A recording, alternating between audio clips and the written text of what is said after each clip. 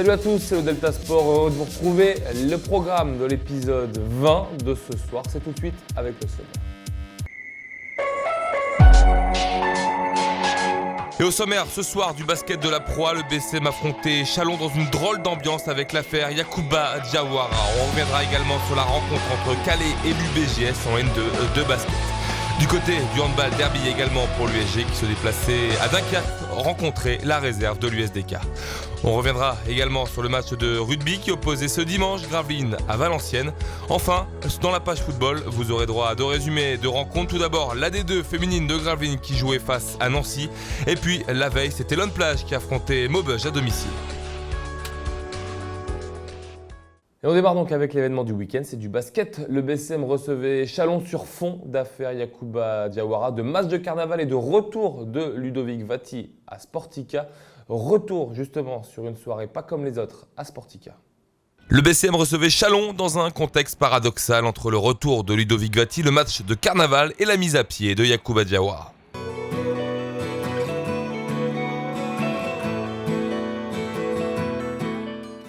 C'est tombé la veille du match, Yacouba Diawara est mise à pied pour 5 jours à compter du 21 février par le club en raison d'un écart disciplinaire nuisant à la cohésion du groupe. Cet écart, c'est un tweet publié pendant le All-Star Game NBA dimanche dernier. Un tweet qui disait ceci: « Ça doit faire du bien de jouer avec un vrai meneur de jeu ». Le joueur, lui, n'était pas présent hier soir à Sportica et du côté du club, que ce soit joueur ou entraîneur, on ne commande pas cette décision. Vous ne savez pas ce qui s'est passé, voilà, donc je ne m'épancherai pas là-dessus. Décision prise, c'est pas de mon ressort. Donc voilà, je n'ai pas à commenter cette décision. On ne regrette jamais les décisions qu'on prend. Elles sont légitimes. Après cette sanction, le joueur prendra, lui, 10 jours de congé paternité. Bref, on n'est pas prêt de le revoir sous le maillot maritime. Il a donc loupé le premier match de carnaval, à l'inverse de Jean-Denis Choulet, le coach chalonnais qui n'a pas loupé, lui, 1 minute de l'avant-match. J'avais peur de l'hymne Copinard à la fin, qui me faisait toujours dresser les poils. Quand la bande rentre sur le terrain, moi ça me tire les larmes parce que ça m'a tellement rappelé de bons souvenirs et de lutte dans ce club. J'aime tous ces gens et j'étais content de revenir pour ce match de carnaval, même si je pensais le perdre parce que je sais ce que c'est. Et encore une fois, quand j'ai vu l'entame du match avec la bande qui arrivait, je dirais sans être méchant, la passion bien moins grande que par le passé, je me suis dit, bon, c'est plus comme avant. C'est plus comme avant. Mais ça m'a quand même fait dresser les poils parce que je connais toutes les chansons du carnaval par cœur. Enfin, cette rencontre, c'était également l'occasion de retrouver Ludovic Vati. Moment d'émotion avant le début de la rencontre quand Sportica lui a rendu un hommage appuyé.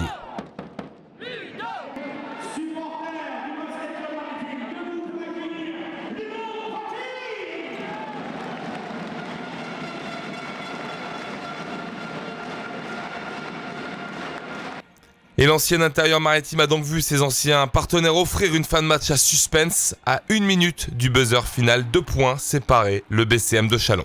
Ouais, c'est sûr, il y avait moyen, surtout qu'on les maintient entre guillemets qu'à 76 points, alors qu'ils ont une moyenne de 82, 83. 12-0 d'entrée, ça fait mal. Ouais, c'est sûr, c'est une mauvaise entame, mais bon, c'est comme ça. Car le BCM est rentré dans son match 4 minutes après son adversaire, encaissant un 12-0 d'entrée qu'il va traîner comme un boulet tout au long de la rencontre. Les Maritimes ont toujours été menés au score dans cette rencontre, malmenés par Clint Capella et ses 17 rebonds et 10 points, et par le duo infernal Slaughter-Walker et ses 33 points. En face, les 26 points et 13 rebonds de Marcus Lewis, plus un 10-0 infligé aux Chalonnais dans le troisième quart-temps, ne font pas le poids. Le BCM s'incline 71-76 et enchaîne une 4e défaite consécutive.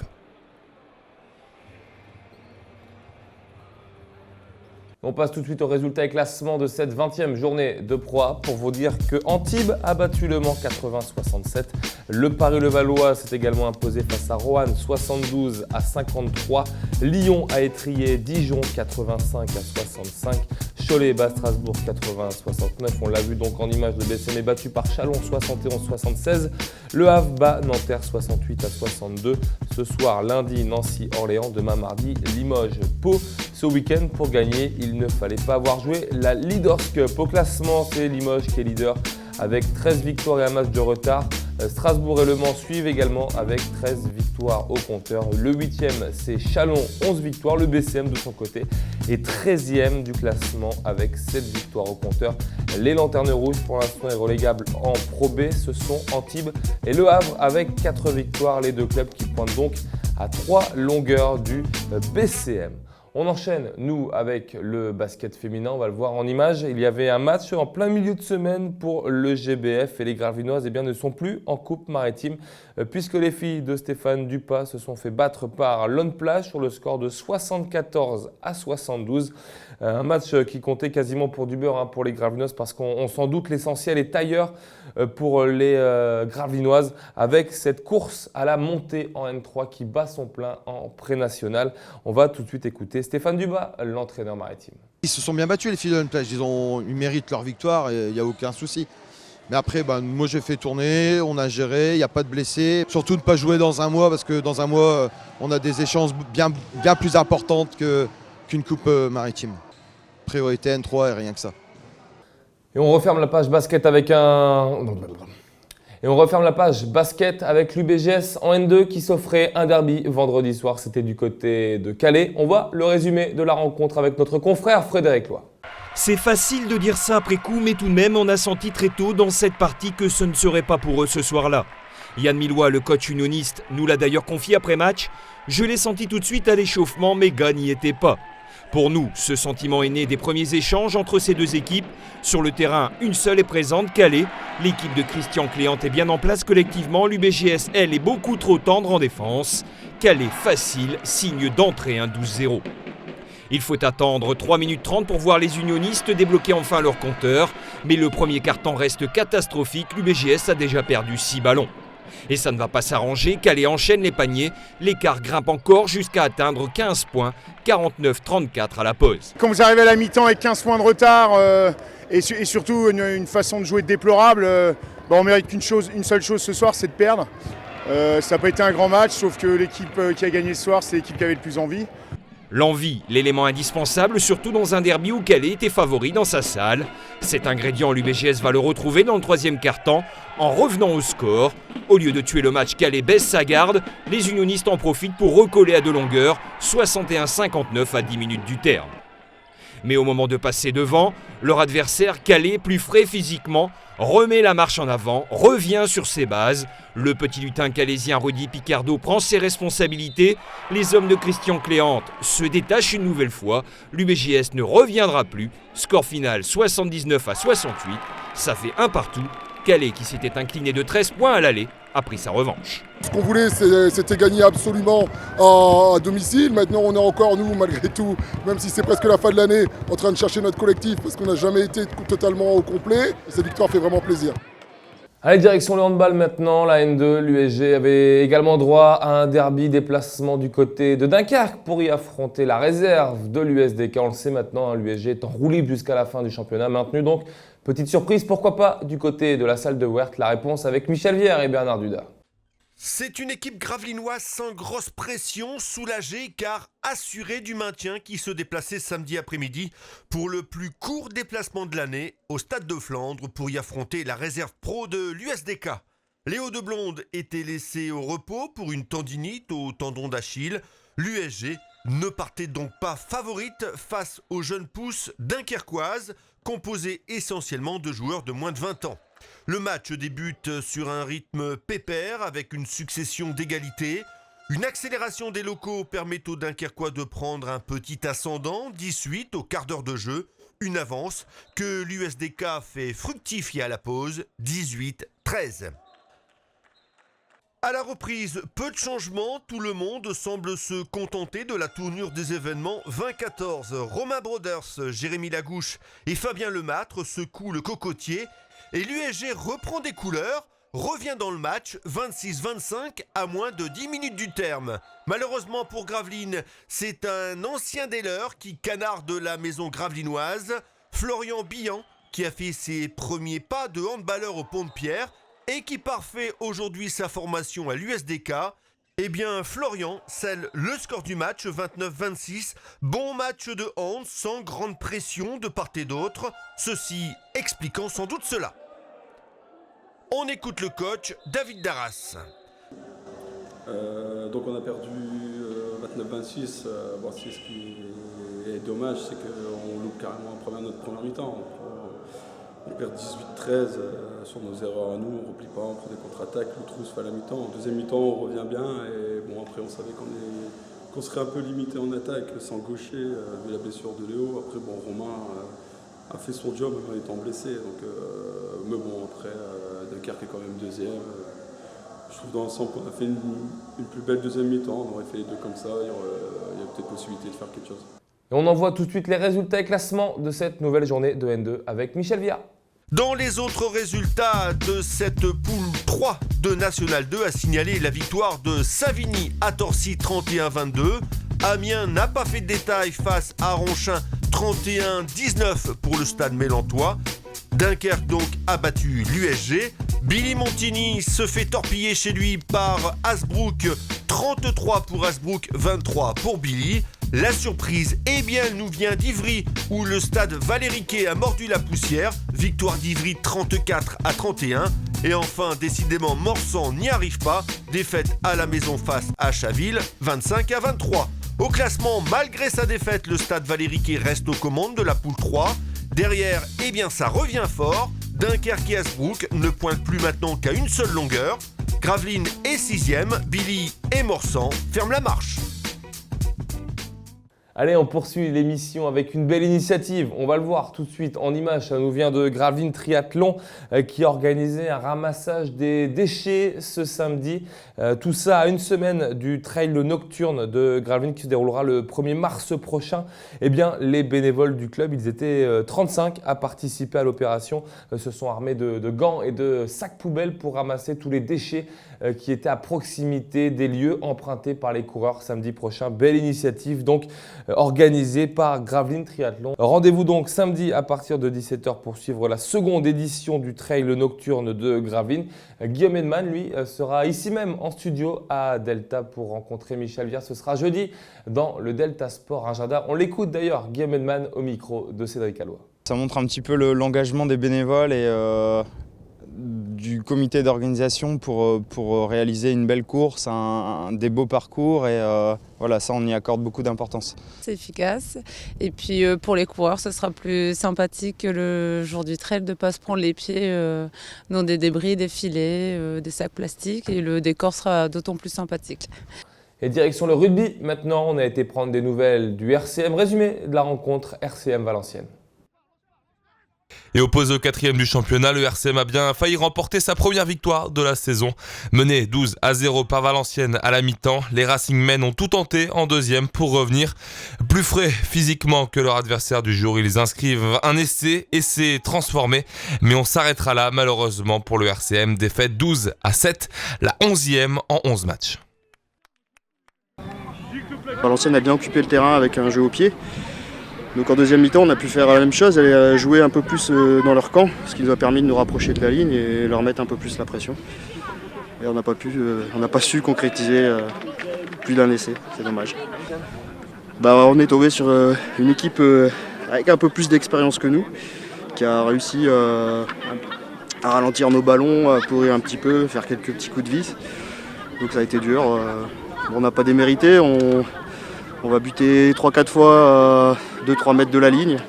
Quelques petites fautes de main qu'on n'aurait pas fait, on aurait été devant. Mais ça reste quand même un bon match, les mecs ils se sont bien défoncés aujourd'hui.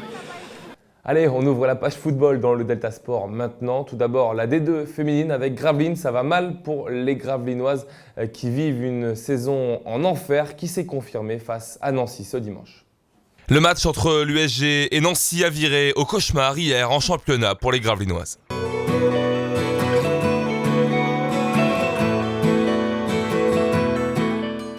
Les filles de Jean-François Azam auraient pu mener au score, mais Coralie Lenot bute sur la gardienne aux grandes dames des supporters. Derrière, Nancy, à partir de la 20e minute, va ouvrir le score sur corner, bien aidé par la défense gravelinoise. Marine Morel viendra doubler le score un quart d'heure plus tard d'une énorme frappe, 2-0, puis 3 juste avant la mi-temps. Oazioun est servi sur un plateau. Nancy est plus fort, ça crève l'écran, Gravelines ne peut que résister au courage. Malheureusement, l'équipe d'hier et ses 19 ans de moyenne d'âge fait trop de cadeaux. Nancy en profite pour alourdir le score. Karen Kern et Jennifer Brocheret portent la marque à 5-0 pour le Nancy de Frédéric Biancalani. Un coach qui connaît le foot et qui, je pense, amène ses filles avec les moyens qu'on lui donne à être où il est, quoi. On a perdu largement contre plus fort dans une situation qui est actuellement encore compliquée. Même, comme je l'ai dit et je le répète, le maintien sera quand même très compliqué. Et puis je fais avec les filles que j'ai en ce moment. Pour rester positif, on a quand même marqué un beau but. Je ne sais pas si vous l'avez vu, je ne sais pas si elle est dans la boîte. Et ce but permet de sauver l'honneur. Van Waard est à la conclusion du joli mouvement offensif gravelinois. Mais derrière, Nancy est sans pitié et enterre encore un peu plus l'US Gravelines. Je m'accrocherai jusqu'au bout, moi personnellement. Les filles aussi, je leur ai dit, il va falloir faire le maximum pour ne pas avoir de regrets. Parce qu'après, si sportivement on doit descendre, on descendra, c'est tout. Mais il faut que sur le terrain, on lâche rien, qu'on soit quand même discipliné. Score final, 7-1 pour Nancy. Gravelines de son côté enchaîne une 6e défaite de suite en championnat. J'ai dit, les matchs maintenant, dès la semaine prochaine à Val d'Orge, il va falloir essayer de chercher quelque chose, en espérant récupérer certaines filles quand même, ce qui n'est pas gagné. On va essayer de faire avec les moyens du bord, et puis après, comme on dit, advienne que pourra. Hein, advienne que pourra. Et on a regardé sur 2 matchs. Il y a eu d'abord le match du Paris Saint-Germain, c'était en mai 2012, quart de finale de Coupe de France, et celui de Nancy ce dimanche. Eh bien, entre ces 2 périodes, seules 4 joueuses sont restées au club. Ceci peut expliquer cela. Au classement pour cette nouvelle journée de D2, eh bien, les Gravelinoises deviennent relégables pour la première fois de la saison, vu que Dijon de son côté a été l'emporté contre Val d'Orge. Gravelines est donc 11e avec 23 points, Dijon 10e avec 25 points. De son côté, Montigny ferme la marche avec 20 points. Les Gravelinoises qui joueront Val d'Orge la semaine prochaine. Ça va mal donc chez les féminines, ça va aussi mal chez la CFA2, puisque les hommes de Giuseppe Bianco ce week-end ont été s'incliner sur la pelouse du Havre, une défaite 2-0 qui n'arrange pas les affaires gravelinoises au classement. On va le voir vu que désormais les Gravelinois sont derniers de cette CFA2 avec 29 points. Ils pointent à 3 points du premier relégable Amiens et surtout ils comptent un match de plus que certaines équipes à l'image de Grande-Sainte, de Marc ou encore d'Amiens. Direction l'ADH maintenant avec Lone Plage. Les Launois accueillaient à domicile l'équipe de Maubeuge avec l'intention de s'éloigner de cette zone rouge. Cédric Alloy, Vincent Vieillard. Lone Plage avait rendez-vous avec son avenir au stade Marcel Rossel. Une victoire et les hommes de Fabrice Bourré revenaient à 1 point de leurs adversaires du jour, Maubeuge.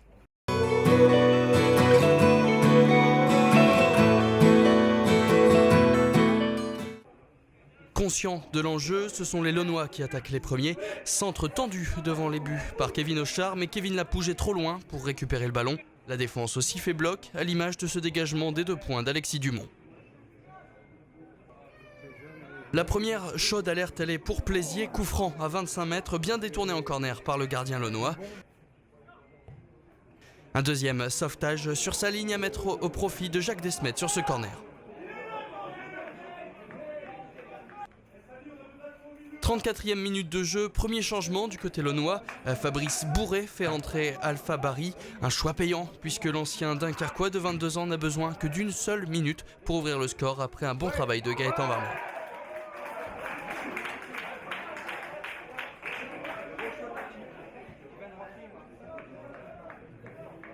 Oui, il a fait un bon match de rentrée. Maintenant, il aurait pu aggraver le score et voire faire marquer un collègue. Mais voilà, maintenant il fait une faute aussi de jeunesse en taclant le joueur par derrière, un peu émoussé je pense. Mais voilà, ça fait partie du jeu. J'espère qu'il ne sera pas trop sévèrement puni parce que c'est une faute bête plutôt que méchante. Ce carton rouge va survenir dans le temps additionnel, mais revenons-en au fait de jeu. À la mi-temps, le score est de 1-0. En deuxième période, Lone Plage cherche à creuser l'écart. Sur ce contre, Geoffrey Debette part seul au but. Le gardien de Maubeuge nous gratifie d'un festival de tacles. Le but est vide, mais les attaquants launois n'y arrivent pas. C'est ce qui s'est avéré, hein. On s'est créé beaucoup d'occasions, on n'a pas su les concrétiser. Et puis à la fin, on se fait peur. Malgré un 2-0, ils reviennent à 2-1 et on se fait peur. C'est dommageable parce qu'on fait un match complet, généreux, avec des choses qui sont intéressantes. Et puis on a failli se faire revenir à la marque à la fin. Mais les garçons ont fait un match courageux, on fait le match qu'il fallait. Moi je leur dis bravo. Il y aura des matchs qui vont arriver qui seront très difficiles. Il y aura notamment Saint-Amand, Dunkerque et Saint-Omer. Et au classement, on va le voir tout de suite avec le tableau. Lone Plage pointe à la 9e place avec 31 points et 3 points d'avance sur le premier relégable Boulogne. Mais Lone Plage compte un match de moins que beaucoup de ses concurrents. Voilà, c'est là-dessus que se termine le Delta Sport pour cette semaine. Le sport, il revient dès jeudi donc sur Delta TV avec Michel Viard, le Delta Sport Agenda. L'invité, Guillaume Henman. On parlera notamment de la 2e édition du Trail Nocturne de Gravelines. Bonne soirée à tous, salut.